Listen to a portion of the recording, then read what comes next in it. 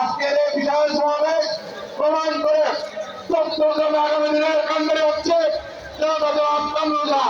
তাই সবাইকে সুশৃঙ্খলভাবে সমাবেশে উঠে অনুরোধ করছে।